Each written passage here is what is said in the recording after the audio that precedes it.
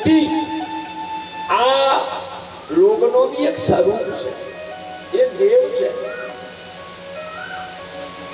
અને જ્યારે સુખ એટલી એક દેવ,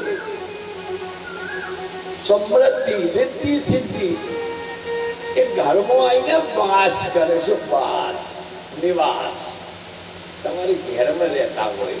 અરે સાહેબ, તો જ એવા સંસ્કાર પરિવારમાં. જબ વિવેક હોય ને, વિવેક ઘરમાં ધન ગમે એટલું હોય, વિવેક ના હોય ને, અને વિવેકથી પૈસા ના વપરાતો હોય ધન તો બી એને બહુ આવી કથા હું કરતો રહું તો પછી અમ કથા ના થાય. મેં 9 દિવસથી આવી ચર્ચામાં ઉતર્યો જ નથી, કેમ કે સાઈડમાં એમને બધા મારે કરતા અહીંયા બધા વિદ્વાન બેઠા છે. તો આવી વાતો કરીને સમય મેં ખોયો હોત તો મેન કથા મળી આ નહીં જો જે મારે હૃદયની ગતિ છે. કેમ કે આ શબ્દોનો છે જે છે ઓમાંથી શબ્દ ખોલવાનું છે. તો હું આવી રસ્તા પર, કેમ કે બધા જાણે છે. પણ એક વાત તો કહું કે સત્સંગમાં આયા વગર વિવેક આવે, ભાવના તો સત્સંગ સત્સંગ વિવેક ના હોય. સત્સંગ બી કઈ રીતે મળે કે રામ કૃપા બિન સુલભન સુરી. ઈશ્વરની પરમાત્માની શ્રી હરિની જો સુધી કૃપા ના થાય ને તો સુધી આવો સત્સંગ બી ના મળે. હું નહીં કહેતો, અહીંયા છે મારે તરફથી એક શબ્દ નહીં હોય, ક્ષમા કરજો.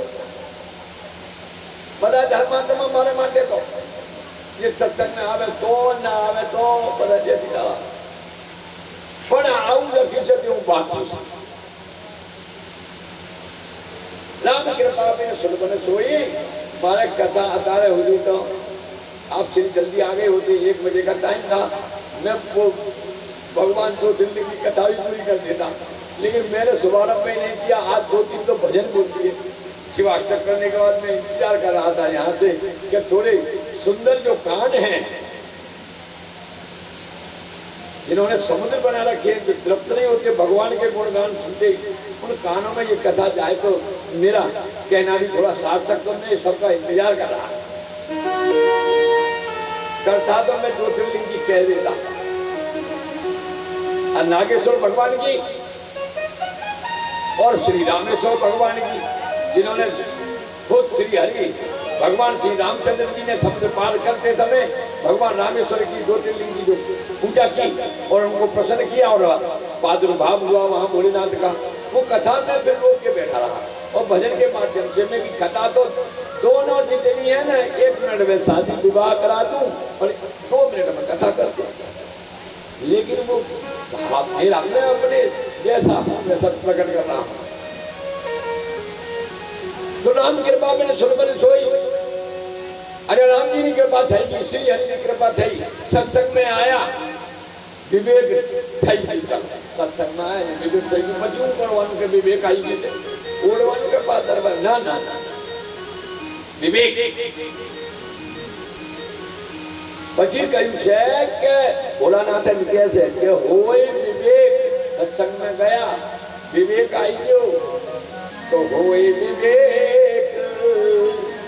મોહ ભ્રમ ભાગા. આ મોહ અને ભ્રમ અને શંકાઓ એ બધા દેવતાઓ છે, રાક્ષસ ગણો પણ નાઈ જાય છે. પછી એ ના રહે, કેમ કે શંકાથી મોહથી આ બધા પરિવાર છિન્ન ભિન્ન થઈ જાય છે. આ કલિકાલની અંદર વિવેકની જરૂર છે. જ્યારે આવું સમાપ્ત થઈ જાય મોહ ભ્રમ સંદેહ શંકા તો શું થાય કે તવ રઘુનાથ ચરણ અનુરાગ. ત્યારે ભગવાન શ્રી હરિના ચરણ કમલો में આ મન એમના ચરણ કમલોનો આપણું મન ભક્તનો અને ચરણ કમલ કહ્યું છે. ચરણ કમલોનો ભમરા ભમરો બની જાય છે, ભમરો. અને ભમરા બનીને મન ભગવાનના ચરણ કમળોનો રસપાન કરે છે સાહેબ. અને જ્યારે રસપાન કરતો હોય મન આપણો, તો કલ્યાણથી કોઈ રોકી શકે? આનંદથી કોઈ રોકી શકે? જ્યારે શ્રી હરિના ચરણ કમળોનો અને આપણો મન ભમરો બની જાય તો અર્થાત કોઈ ના રોકી શકે. બોલો શંકર ભગવાન કી. माध्यम तो श्री हरि. आइए सूजी की कथा सुना रहे हैं. ब्रह्मा जी नारद जी को सुना रहे हैं. नारद जी बार बार पूछते हैं इस कथा में, हे पितामह अब क्या हुआ? ये भगवान का आगे की कथा सुनाओ. क्यों कि कौन है भगवान? अरे यही तो सृष्टि के रचयिता है, जब कुछ भी नहीं था. ये 12 जो ज्योतिर्लिंग का इनका जो वर्णन है, मैंने एक बाल का टुकड़ा लेके उसका 1 करोड़वां भाग, करोड़ भाग करो, एक भाग भी कथा नहीं हुई. इतना वर्णन है, समझ लीजिए आप. तो ब्रह्मा जी से बार बार नारद जी प्रश्न कर रहे हैं. सूत जी से शौनक ऋषि प्रश्न करते हैं. शौनक ऋषि कहने लगे कि हे ब्राह्मणों, मैंने वैद्यनाथेश्वर भगवान का महात्म जो सुनाया आपको, जो रावण के माध्यम से उनकी सेवा, रावण की सेवा से प्रादुर्भाव वैद्यनाथेश्वर भगवान का जो हुआ वो कथा सुनाई. अब मैं आपको नागेश्वर ज्योतिर्लिंग की कथा सुना रहा हूँ. सभी श्रोताओं से निवेदन है, 12 ज्योतिर्लिंग की परिक्रमा में चल रहे हैं. नाना प्रकार की कथाओं सामर्थ्य कई रीते कि बोलो ओम नमः शिवाय, बोलो ओम नमः शिवाय, बोलो ओम नमः शिवाय, बोलो ओम नमः शिवाय.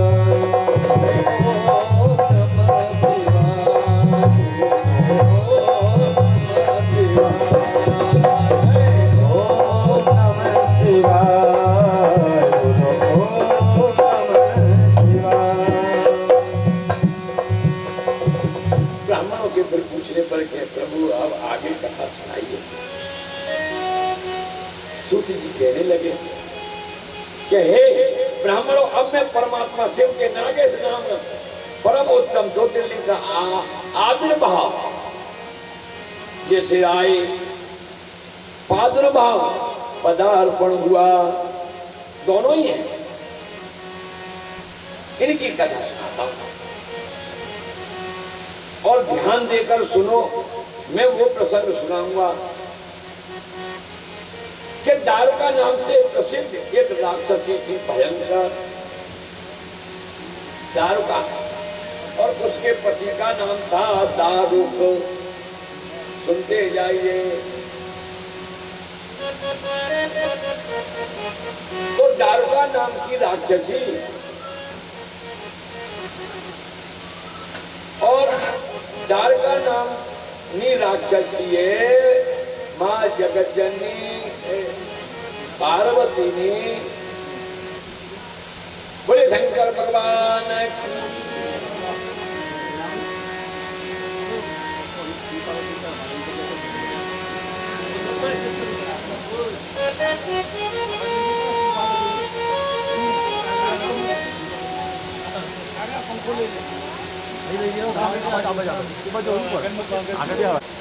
वो तो मथुरा वृंदावन पहुंच जाया અને ભજન કરતો હોય ભગવાનના સામે. તમારા હૃદયની ગતિ આપ સૌને બંધન કરીને કહું છું, તમને ખબર, પણ મારી હૃદયની ગતિ તમારે સામે સમક્ષ પ્રસ્તુત કરું છું. કે આ કથાનો મને કેમ લાગ્યો, એવું તો કહેવાનું મને કેમ થયું. તો જ્યારે ભગવાન में चित्त मन तो हूँ करूँ છું ભજન ભગવાનનું, પણ ચિત્ત તો જતું રહે. क्या चित्त जतु रहे तो पछी हूँ बहु रोकવાનો प्रयास करूं.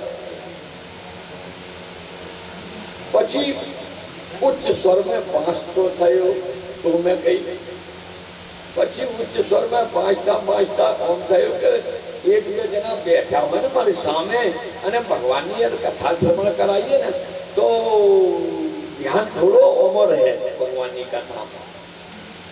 પછી પાંચતા ઓમ મહેસૂસ થયું આજે આ ભાવ કે જો કથામાં મારો ચિત્ત અને તમને કહું કશું અને ચિત્ત મારો જોઈ જાય તો આ બધા ઠાડા ઉઠાઈ મારે અહીં માથા મારો કે ના મારો હાથી વાત કહી દો. તો આ જો ચિત્ત ધ્યાન અહીં ના રહ્યો જો ભૂલી ગયો તો શબ્દ બી નીકળે કશું કહેવાનું કશું મારું ધ્યાન કશું. ત્યાં એકાગ્રતા ભગવાનના શ્રી ચરણો મેં અને મારો મનથી હું વચનથી અને કર્મથી થાય ભાગ એવો મારો આ ભાવથી આ કથા મેં શુભારંભ કર્યું. બોલો શંકર ભગવાન કી. મારે તાલીમની જરૂર નહીં, હું તાલીમ માંગતો નથી. અંતઃકરણની વાત પણ જો શંકર સ્વરૂપ શ્રોતા મારે સમક્ષ બેઠા છે, રુદ્ર ગણીને પ્રણામ કરું છું. પણ તમારે પોતપોતાના હૃદયની ગતિ તમને ખબર. મહેશભાઈ बात मेरी मतलब मारी बात की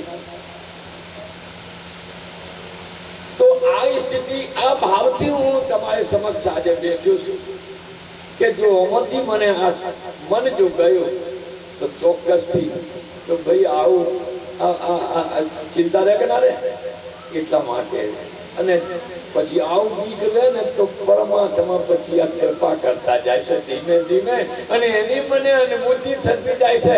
જેમ જેમ અનુભૂતિ થતી જાય છે એમ તમને પછી શ્રોતાઓના સામે હું પ્રસાદ જે પીરસી રહ્યો છું. પ્રસાદની કૃપા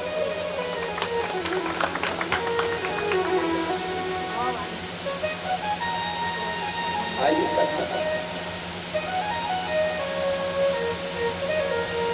दारुक नामनी राक्षसी भयंकर एनु पतिनु नाम दारुका अने दारुक राक्षसी एवी महापराक्रमी एक वखत ની બાત અને તપસ્યા કરવા બેઠી અને માં જગતજનની પાર્વતી મૈયાની આને તપસ્યા કરવા બેઠ્યા. પાર્વતી માં અને એમ દારુક રાક્ષસીની તપસ્યાથી પ્રસન્ન થયા. કેવા લાગ્યા બોલ દારૂક તારે શું જોઈએ? પછી જે ઈચ્છા હતી કે હે બાબાની મારો પર પ્રસન્ન તો હા તો જે માંગુ આલો એટલે આપો કે આપીશ. 3 વચન અને દારૂકે કઈ રાક્ષસીએ કે હે જગતજનની मारा पर तमे प्रसन्न थो तो आप वन से न वन में रहूं छू. आ 16 योजन नु से 16 योजन એટલે 250 કિલોમીટર નો વિસ્તારનો છે આપણ. અને જો હું જાઉં તો આ પૃથ્વી સાથે આ વન હરેલું ફરેલું પૃથ્વી વનસ્પતિ વૃક્ષો સાથે મારે સાથે સાથે ચાલે એ મને બળન આપી દો. अब 250 किलोमीटर नो पार्वती कही के शक्य तो नहीं पर पुत्री तू मांगे थे तो तने आप्यू ते 250 किलोमीटर पर दीनो वन અને પૃથ્વી હાથે દારૂક રાક્ષસી જો જાય એના મનોકામના પૂર્ણ કરવા. રાક્ષસી કેવી વિષયા શક્તિ भोगों में लयलीन रहवा वाली दुराचारी राक्षसी ना कोई कर्म पर राक्षसोए भी भगवानों ની અને તપસ્યા આદ શક્તિ ની કરીને તો भी प्रसन्न થઈ જાય. ये देवों ने राक्षस भी प्रिय है. अब विचार करो कि राक्षस तपस्या करे तो भी प्रसन्न થઈ वरदान આપે છે तो પછી આપણા માણસોને શું થાય છે? આ હોબળીને કેમ ઊંધા પડતા નથી? બોલો શંકર ભગવાન કી.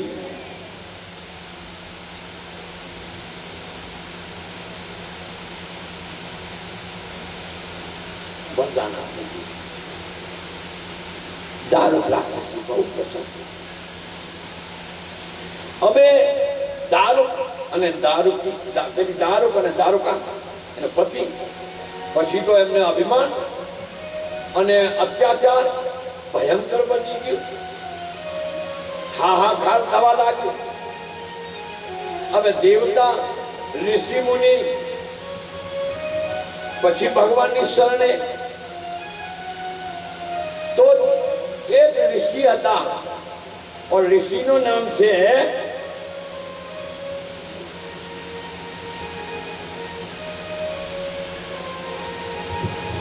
औरव ऋषि. औरव ऋषि ના પાસે ગયા. બહુ ઋષિ હતા, મહાન. એમની શરણે ગયા બધા. અને औरव ઋષિને બધો, અને અમારે સંકટ દૂર કરો એવા રાક્ષસ ઉત્પન્ન થયા છે કે અમને જીવવા નહીં દેતા. હત્યા એમનો હાહાકાર બહુ. औरव ઋષિએ એવું વરદાન આપી દીધું અને રાક્ષસને દારૂકાને એવો શ્રાપ આપ્યો કે દેવતા અને બ્રાહ્મણો અને ઋષિ મુનિઓ પર જો હમણાં આવે કરશે તો એમના શ્રાપથી પસંદ થઈ જશે. હવે આવો શ્રાપ આપીને દેવતા અને ઋષિ મુનિ તો અભય થઈ ગયા, ભયથી મુક્ત થયા. પછી તો આયા અને પછી દેવતાઓ સંમતિ કરી કે ચલો બધા હવે તો મારો. એટલે એમ ના મળે તો એમ તો મળશે ને આપણે મારીએ, કે આપણને મારવા આવે તો એ મરી જવાનું છે ને. આપણે અમને જો મારવા આવે, હવે તો શ્રાપ મળી ગયું છે. એમના શ્રાપની એવી શક્તિ હતી औरव ઋષિના શ્રાપમાં. તો દેવતાઓનો કહેવાનો ભાવ કે એ કશું ના કહેવા આવે ને કોઈ મરવાનું નથી, અમને કશું કહેવા આવે તો એ મરે. અને જો ના આવ્યો તો એના પહેલા એને મારવા જાઓ. તો આપણે ના મોટી મોટી નાવિક કોમો, વ્યાપારી અને યાત્રીઓ અને સમુદ્રના રસ્તે નાવડાથી આવતા હતા અને રાક્ષસોએ ખબર પડી એ નગરના થઈ જતા હતા અને બધા પકડી ગયા. એમ કે તો કશું એમને ચિંતા નથી ને, એમને પેલો હરણ કરી લઈ ગયા આપણે પોતાના નગરમાં લઈ ગયા. પછી તો એમનો કબજો થઈ ગયો. હવે આમાંથી એક દેવપ્રિય એક બેસ્ટ વ્યાપારી અને ભગવાનનો બહુ મોટો ભક્ત, અને પેલાના બધાને લઈ જાય ને અને બંધક બનાવી દીધા અને પૂરી દીધા બહુ મોટા વિસ્તારમાં. અહીં રહો, તમને હવે જવાય નહીં, જ્યારે ત્યારે તમારું ભજન કરતા રહીશું અને મારી. એવો રાક્ષસોનો કામ વિપરીત. अब देवकी ये बेसने बहुत चिंता थी कि हे बोलाना तब हूँ करिए. ये शिवजी नो परम भक्त अत्यंत भगवान नो रोज भारतीय शिवलिंग बनावे અને શિવલિંગ બનાવીને પૂજા કરવા વાળા બેસ દિન પ્રતિદિન ભારતીય ભગવાન ભારતીય શિવનું નિર્માણ કરીને અને રોજ પૂજા કરવા વાળો એવો પરમ ભક્ત બેસે. પછી ત્યાં જ ભગવાનની મૂર્તિ બનાવીને અને પૂજા કરે છે અને કરે છે. હે નાથ, બહુ સમય થઈ ગયો, ધીમે ધીમે અને પૂજા કરવા બેસે. ભગવાન ત્યાં ભગવાન પ્રગટ થયા અને પ્રગટ થઈને પછી એમને મુક્ત કરાવ્યા. ટૂંકમાં કથા કહું તો નાગેશ્વર ભગવાનનો પ્રાદુર્ભાવ થયો. બોલો નાગેશ્વર ભગવાન. હવે શોર્ટમાં કહી દઉં કથા. આગળ આપણે ભજન દર્શન કરી દીધા પાર્વતીના અને ભોળાનાથનો વિવાહ કરવાનું છે અને રામેશ્વર ભગવાનની કથા આગળ. अब ऋषि पूछवा लाग्या कि नाथ आपने नागेश्वर भगवान की कथा तो कही, पर अगर भगवान रामेश्वर नो प्रादुर्भाव कई नहीं थयो.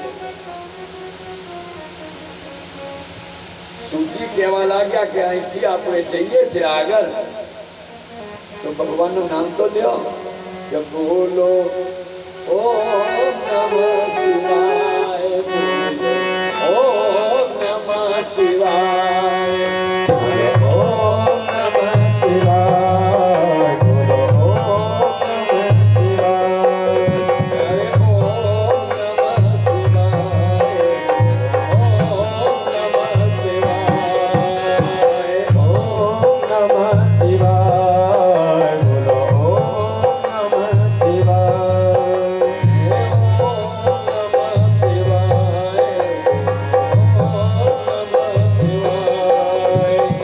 ओम नमः शिवाय ओम नमः शिवाय आया सावन सुहाना है। एक प्यार का नगमा है, निकल गया। एक प्यार का नगमा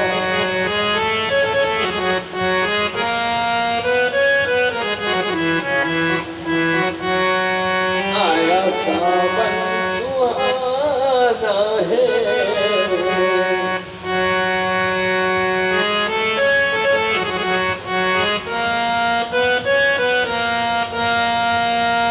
शिव के घर जाना है आया सावन सुहाना है। शिव के घर जाना है कोई दे दो रे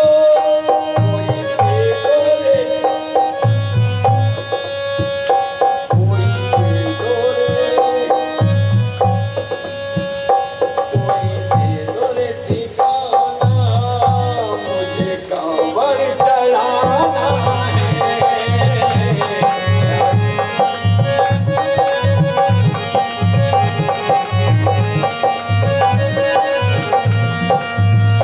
आया सावन सुहाना है आया सावन सुहाना है। शिव के घर जाना है शिव के घर जाना है मुझे तोरे दिखाना मुझे कांवर चढ़ाना है। हरि ओम नमः शिवाय हरि ओम नमः शिवाय हरि ओम नहीं देखा मैं उसको नहीं देखा मैं उसको नहीं देखा वो मुझको नहीं देखा मैं उसको नहीं देखा वो मुझको फिर भी मन ये माने फिर भी मन ये माने महादेव मेरा उसको मैं कैसे समझाता हूँ मैं कैसे समझाता हूँ तब साथ पुराना है।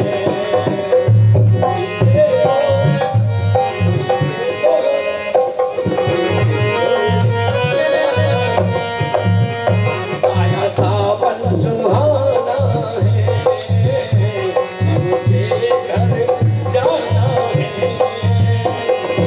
सावन सुहाना है शिव के घर जाना है। ये गाया नहीं जा लेकिन गाया क्यों कि गंगा जी से और कांवड़ कहते हैं दोनों तरफ लटकी हुई होती है और वो भोलेनाथ पर चढ़ाई जाती है। दोनों तरफ बड़े पतले कांच के बर्तन होते हैं लोटा के समान बहुत ही कागज जैसा कांच आता है और उनमें वो टोकरी में रेती रख करके पानी गंगा जल में भीगी हुई उनको जमाया जाता है और तब वो पैदल चलकर भोलेनाथ पर चढ़ाई जाती है। और वो रामेश्वर पर गंगा जल का महिमा है, इसलिए ये कांवर वाला मैंने आपको सुनाया है, क्योंकि रामेश्वर भगवान पर कांवर लेके जाना है। वो गंगा जी से जल और जल जो चढ़ाया जाता है उसी का फल कितना मिलता है आगे सुनाते हैं। तो आया सावन सुहाना है, आया सावन सुहाना है, भोले घर जाए, आया सावन सुहाना है। कहते हैं सब मुझको, कहते हैं सभी मुझको भोला भंडारी है, कहते हैं सब मुझको भोला भंडारी है।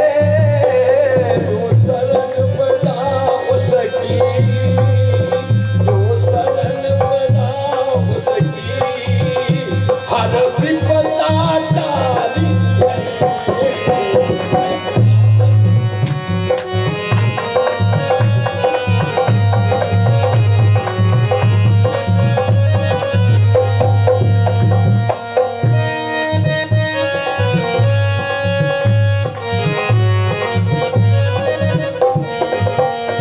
अरे कैसे पाऊं, कैसे मैं, कैसे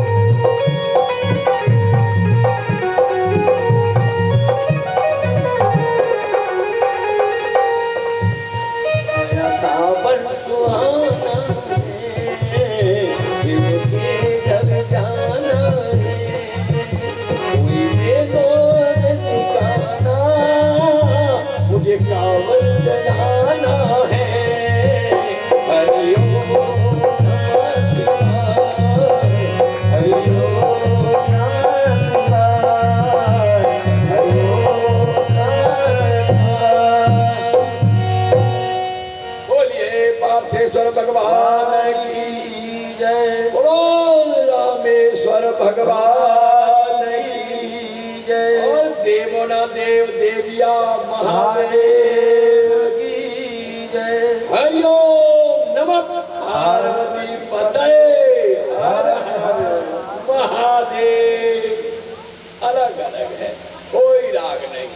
अरे भोले भंडारी भस्म रमा के कहा उन्हें श्रृंगार, तो यहाँ भी श्रृंगार कहाँ से शब्दों का आएगा। ऐसे ही जैसे भोलेनाथ का जैसे देश उनके गुणगान ऐसे ही वाणी, कोई राग नहीं, कोई ताल नहीं, केवल गुणगान। आइए आगे तब वर्णन करते हैं रामेश्वर भगवान का, नागेश्वर का किया प्रभु की कृपा से सब। देखो एक बात कहूंगा, यात्रा में चल रहे हैं 12 ज्योतिर्लिंग की यात्रा में 9 दिवसीय कथा तो हम 100 करोड़ जन्म भी ले लें फिर भी ये पूरी कथा नहीं होगी। इनके गुणगान इतने अथाह हैं, अथाह। लेकिन फिर भी जो कुछ भी हो जाए वो प्रसाद समझ कर ग्रहण कीजिए, यही मेरा भाव है। और इनके हर समय बस इनमें, अरे ये विचार करो कि वो चोर आया था लोटा का जल लेके चढ़ाने के लिए, और सोने का घंटा देख के नींद बदल गई। पाप आ गया अंदर कि ये घंटा सोने का घर ले जाऊं तो कितना मेरा कल्याण हो जाएगा। नीचे से हाथ करता है, कहीं नहीं पहुंचा तो शंकर भगवान के ऊपर एक पैर रख दिया। भोलेनाथ कह रहे हैं कुछ के तू ले जा, प्रकट हो गए भोलेनाथ तू ले जा। बताइए चोर के ऊपर भी खुश हो गए भगवान, एक लोटा में प्रसन्न। अरे उन्हें पूछो तो सही कैसे भी मनाओ फिर भी प्रसन्न होते हैं। अब डरदानी है ये भोलेनाथ, और उसमें भी खास करके सावन का महीना, और पूरा सावन महीना डम डम डम डम डमरू बजता है, तो बम बम बम बम बम बम बम बम बम बम लहरी बम बम बम बम बम बम लहरी बम बम बम।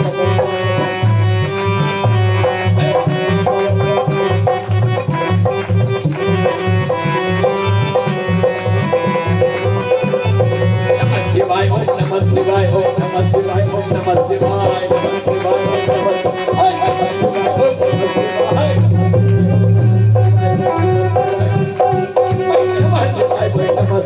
नमः शिवाय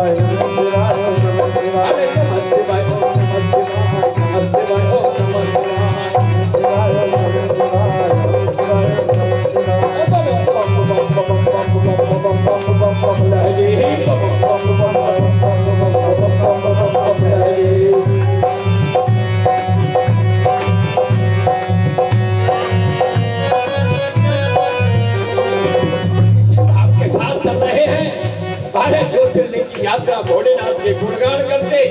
आइए नागेश्वर धाम में चलते हैं, नागेश्वर भगवान के प्रादुर्भाव हो गया। बोलो रामेश्वर भगवान की जय। ऋषि पूछने लगे हे प्रभु, हे गुरुदेव, आगे की कथा अब हमें सुनाइए। और नारद जी ब्रह्मा जी से पूछ रहे हैं। सूत जी कहने लगे हे ऋषियों, मैं अब तुम्हें ध्यान देकर सुनो। अब मैं ये बता रहा हूं कि रामेश्वर नामक 2 दिन पहले किस प्रकार प्रकट हुआ, वो मैं कथा अब आपको सुनाने जा रहा हूं। इस प्रसंग को तुम आदर पूर्वक सुनना। ऋषि यानी सूत जी कहने लगे कि भगवान विष्णु के रामावतार में, भगवान श्री हरि के रामावतार में, और जब रावण सीता का हरण करके लंका में ले आया तो भगवान मनुष्य शरीर धारण करके, और उस समय मां जानकी की खोज में वन वन भटकते हुए और संपाति के माध्यम से जैसे ही वानरों की सेना को मालूम पड़ा कि जानकी लंका में है, और सबने जब समाचार दिया तो भगवान राम समुद्र किनारे पहुंचे। समुद्र किनारे पहुंचे पर उनकी तैयारी कर रहे थे। उसी समय भगवान को जोर की प्यास लगी। और जब भगवान श्री राम जी को प्यास लगी जोर की, तो उन्होंने जल पीने के लिए लिया ही कि मुंह पर लगाने वाले थे कि उनको तुरंत याद आ गया कि हम शुभ कार्य करने जा रहे हैं। और भगवान श्री राम जी की क्या प्रतिज्ञा थी कि वो जल भी जब पीते थे कि जब भोलेनाथ समूह का भजन कर लेते थे, उनका ही भजन किए बिना, उनका नाम गुणगान किए बिना भगवान श्री रामचंद्र जी जल भी ग्रहण नहीं करते थे।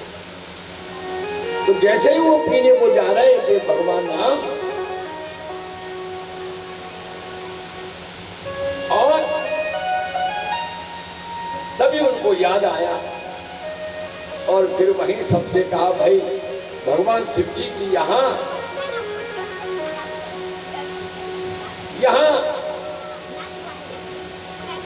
हम आज भूल गए, भगवान शिव जी का ध्यान नहीं किया। और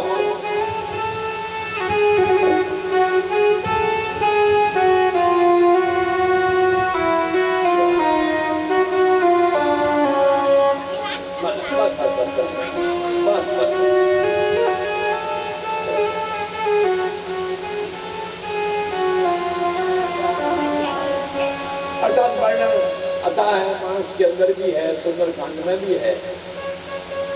जब वहाँ सुंदरकांड पूर्ण होता है और लंका कांड में जब प्रवेश करते हैं, तो भी भगवान राम जब समुद्र देव ने जब रास्ता बताया कि इस तरीके से जा सकते हैं, तो जब समुद्र के किनारे पहुंचे तो वहां भी मानस के अंदर है, वहां रमणीक स्थान देखकर जब शुभ कार्य करने जाना है तो भगवान का जहां शुभ कार्य, तो वही भगवान की पार्थिव शरीर बना करके पूजा करते हैं भगवान का।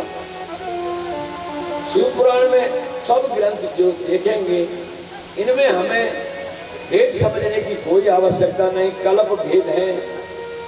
क्योंकि भगवान राम ये कल्प भेद, अब कल्प का जो हिसाब आप गनेंगे तो 43 लाख वर्ष के आसपास तो ये चतुर्युगी, 4 सतयुग द्वापर त्रेता ये चला जाता है, 43 लाख वर्ष। अब ये ऐसे चले जाएं 11 बार 11 तो का 44, कितना हिसाब बनेगा? तब ऐसा कहीं मनमंत्र बनता है, मनमंत्र, और ये 13 मनमंत्र ऐसे हो जाए तब वो कल्प होता है। और कल्प भेद है भगवान की कथाओं के, कब कब भगवान सृष्टि का सर्जन करते हैं और कब कितना पालन करते हैं, जब उनकी इच्छा होती है। यही शंभु भोलेनाथ संहार कर देते हैं। और फिर अब अंदाज करो, करीब तो 5000 लमसम बसो थो बसो इतनी गयु से, અને કલયુગ 4,32,000 વર્ષ, અને એના અંતમાં તો એમ કહેવાય છે કે તો કહી જશે કે ભગવાન કલકી અવતાર તો લેવાના સંબલ એટલે શ્રીમદ ભાગવત પુરાણ में भी वर्णन છે, પણ કલયુગના અંત સુધી તો રીંગણાના છોડ પર તો ઠીક અને ચણાનો છોડ આવે છે અને એના ઉપર માણસ ચડીને પેલું ચણા તોડવાનું છે, પહેરવાનું સંસ્કાર, એવું બધા ગ્રંથ કહી છે। અને પછી તો આ તો એમાં કોઈ આશ્ચર્યની વાત કેમ કે પાછલા કલ્પની કથા ભોલાનાથ સાંભળીને આયા હતા અગસ્ત્ય ઋષિથી, એમના મોઢેથી, અને ભગવાન અને અગસ્ત્ય ઋષિએ એમની શ્રી હરિની ભક્તિ કેવી થાય અને ભક્તિનું નિરૂપણ ભોલાનાથે ક્યારે કર્યું કે અગસ્ત્ય ઋષિ એના પાત્ર એટલે અધિકારી હતા કે આ ભક્તિનો પાત્ર છે, એટલે આ અધિકારી છે એના એને લાયક લાગ્યા ત્યારે ભગવાન શંકર ભોળાનાથે અગસ્ત્ય ઋષિને એમની ભક્તિની કથા સંભળાવી. આજે એ ભગવાન અને ભગવાન રામેશ્વરનો પાર્થિવ શરીર બનાવી સમુદ્ર તટ પર અને પૂજા કરવા બેઠા અને વિનંતી કરી રહ્યા છે, હે ભોળેનાથ, મદદ સહાયતા અને રક્ષા કરો. કઈ રીતે? આ રીતે વાનરો જોઈ રહ્યા છે, પણ જે સમજદાર હોય આશ્ચર્ય ના કરે, શ્રી હરિ લીલા કરી રહ્યા છે. પણ ભાવ ભગવાનનો જે પાર્થિવ શિવલિંગનો જે પૂજન કરવા બેઠા છે, અરે એ તો અંતકરણથી જ કરી રહ્યા છે. એ તો યુગો યુગોથી નહીં, કલ્પાંતરોથી આ રીતે જ કરતા આવ્યા છે. ભગવાન એક બીજામાં સમર્પિત છે. અને એમનો તો સુખજી કહેવા લાગ્યા કે इस प्रकार प्रार्थना और बारंबार नमस्कार કરીને તેમને ઉચ્ચ સલથી પછી ભગવાન પ્રગટ ના થયા. આત્માને પૂજન કરીને અને સ્વામીને આગળ નાચવા લાગ્યા. પછી ભગવાન શ્રી નાચવા લાગ્યા. તે જ સમય તેમનો હૃદય પ્રેમથી દ્રવિત થઈ ગયું ને તેમને શિવ ને સંતોષ, ભોલાનાથ શિવને સંતોષ માટે પછી ગાલ બજાવીને અને અવ્યક્ત શબ્દ કર્યું. અને કેવું શબ્દ કે તે સમયે ભગવાન શંકર અને શ્રી રામજીના ઉપર પ્રસન્ન થઈ ગયા. પ્રસન્ન થયા અને જ્યોતિર્લિંગ મહેશ્વર માંગ ભૂતા પાર્વતીના સાથે અને પાર્ષદ ગણોના સાથે શાસ્ત્રોક્ત નિર્મલ રૂપ ધારણ કરીને અને તત્કાલ તેઓ પ્રગટ થઈ ગયા. બોલો શ્રી રામેશ્વર ભગવાનની જય. શ્રી રામજીની ભક્તિ થી સંતુષ્ટ થઈને અને મહેશ્વર ભગવાન શ્રી રામને કહેવા લાગ્યા, હે રામ, હે શ્રી હરિ, તમારું કલ્યાણ. હવે તમારે શું જોઈએ? વરદાન. ભગવાન બોલાના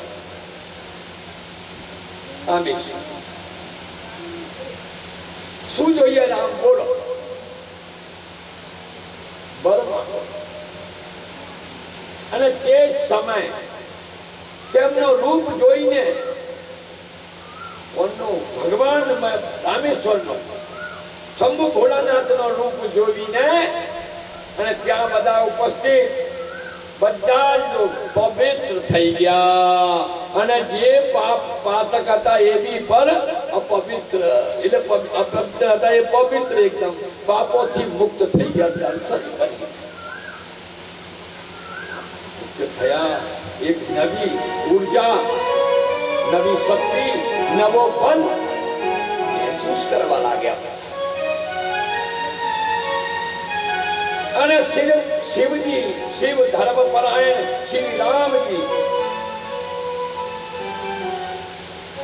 રામજી સ્વયં તેમનું પૂજન કર્યું.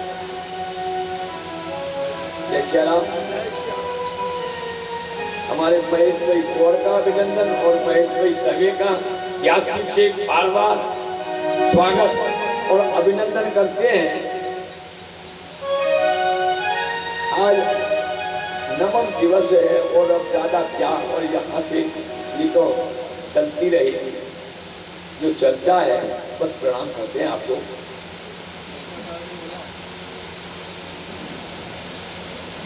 स्वयं भगवान श्री राम जी पूजन કર્યું અને પછી માતૃની સ્તુતિ કરી, નમઃ પ્રણામ કરીને અને તેમને ભગવાન શિવને લંકામાં રાવણના સાથે જે થવાવાળું યુદ્ધ અને પોતાના માટે વિજયની પ્રાર્થના કરી. પ્રાર્થના तब राम भक्ति में प्रसन्न भोलानाथ वरदान आते.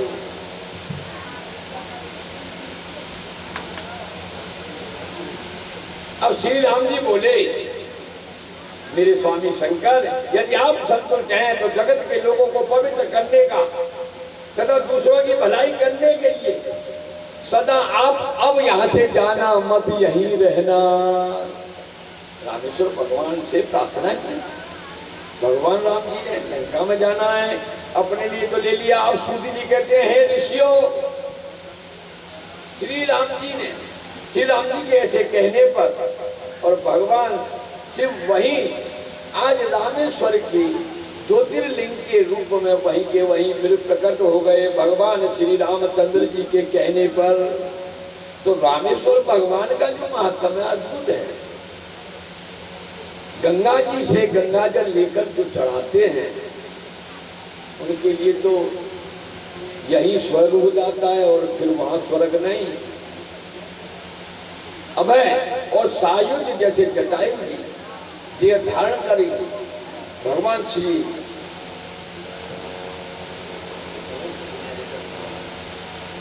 बोलिए शंकर भगवान की जय। साक्षात हमारे अपना जगत जननी मां पार्वती અને શંભુ ભોલેનાથ આજે આપની સમક્ષ સ્વરૂપમાં પ્રકટ થઈ રહ્યા છે। તો એમનો આ દર્શન કરીને પોતાને ધન્ય સ્વાગત કરીને આપણે અહીંયા અત્યારે અને આપણે એ બિલકુલ શંકર ને પાર્વતીના સ્વરૂપે દર્શન કરવાના છે। પીઠામાં લઈ જશે।